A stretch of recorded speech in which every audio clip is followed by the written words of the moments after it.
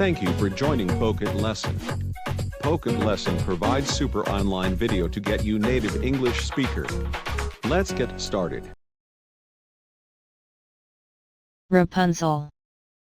There once lived a man and his wife, who had long wished for a child, but in vain.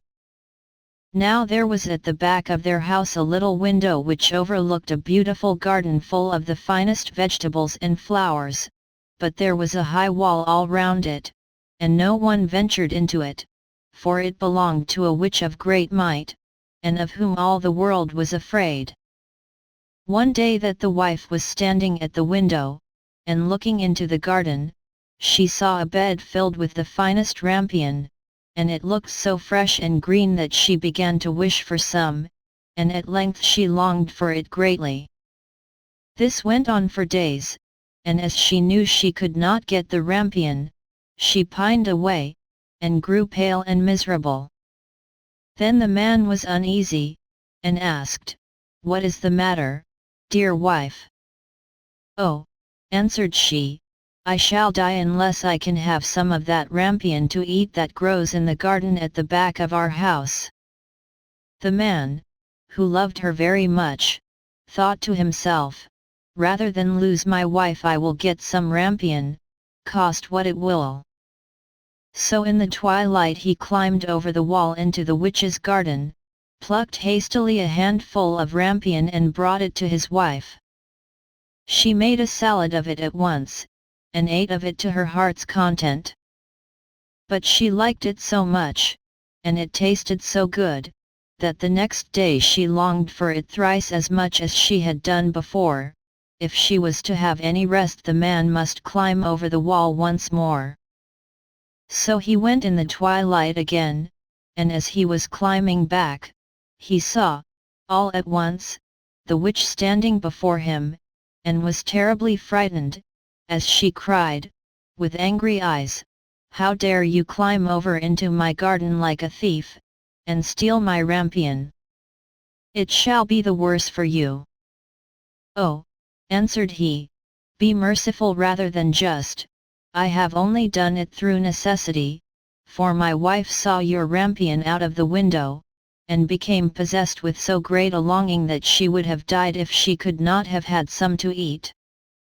Then the witch said, "If it is all as you say you may have as much rampion as you like, on one condition: the child that will come into the world must be given to me. It shall go well with the child, and I will care for it like a mother." In his distress of mind the man promised everything, and when the time came when the child was born the witch appeared, and, giving the child the name of Rapunzel, which is the same as rampion, she took it away with her. Rapunzel was the most beautiful child in the world. When she was 12 years old the witch shut her up in a tower in the midst of a wood, and it had neither steps nor door, only a small window above. When the witch wished to be let in, she would stand below and would cry, "Rapunzel, Rapunzel! Let down your hair." Rapunzel had beautiful long hair that shone like gold. When she heard the voice of the witch she would undo the fastening of the upper window, unbind the plaits of her hair, and let it down 20 ells below, and the witch would climb up by it. After they had lived thus a few years it happened that as the king's son was riding through the wood, he came to the tower, and as he drew near he heard a voice singing so sweetly that he stood still and listened. It was Rapunzel in her loneliness trying to pass away the time with sweet songs. The king's son wished to go into her, and sought to find a door in the tower, but there was none. So he rode home, but the song had entered into his heart, and every day he went into the wood and listened to it. Once, as he was standing there under a tree, he saw the witch come up, and listened while she called out, "O Rapunzel, Rapunzel! Let down your hair." Then he saw how Rapunzel let down her long tresses, and how the witch climbed up by it and went into her, and he said to himself, since that is the ladder I will climb it, and seek my fortune. And the next day, as soon as it began to grow dusk, he went to the tower and cried, "O Rapunzel, Rapunzel! Let down your hair." And she let down her hair, and the king's son climbed up by it. Rapunzel was greatly terrified when she saw that a man had come into her, for she had never seen one before, but the king's son began speaking so kindly to her, and told how her singing had entered into his heart, so that he could have no peace until he had seen her herself. Then Rapunzel forgot her terror, and when he asked her to take him for her husband, and she saw that he was young and beautiful, she thought to herself, "I certainly like him much better than old Mother Gothel," and she put her hand into his hand. She said, "I would willingly go with thee, but I do not know how I shall get out. When thou comest, bring each time a silken rope, and I will make a ladder, and when it is quite ready I will get down by it out of the tower, and thou shalt take me away on thy horse." They agreed that he should come to her every evening, as the old woman came in the daytime.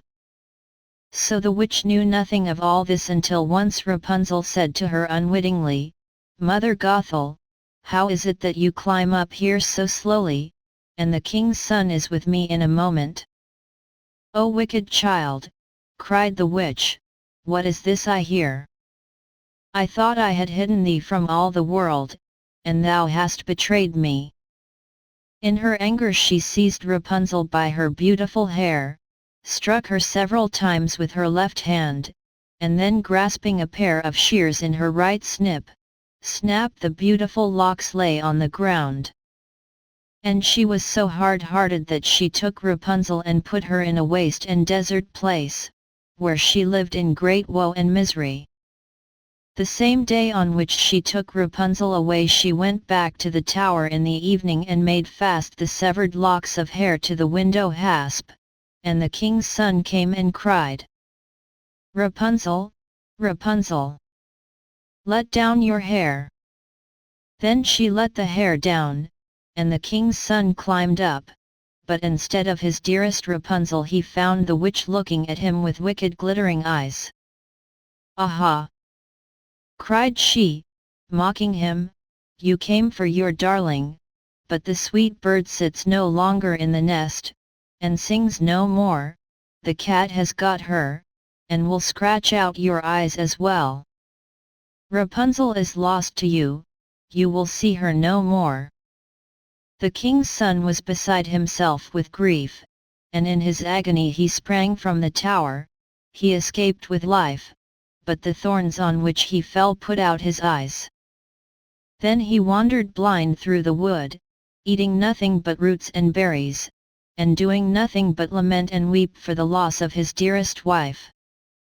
So he wandered several years in misery until at last he came to the desert place where Rapunzel lived with her twin children that she had borne, a boy and a girl. At first he heard a voice that he thought he knew, and when he reached the place from which it seemed to come Rapunzel knew him, and fell on his neck and wept. And when her tears touched his eyes they became clear again, and he could see with them as well as ever. Then he took her to his kingdom, where he was received with great joy, and there they lived long and happily.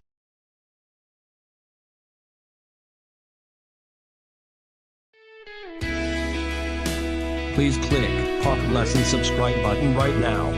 Pocket Lesson is providing great training program powered by TechScheme. See you next training.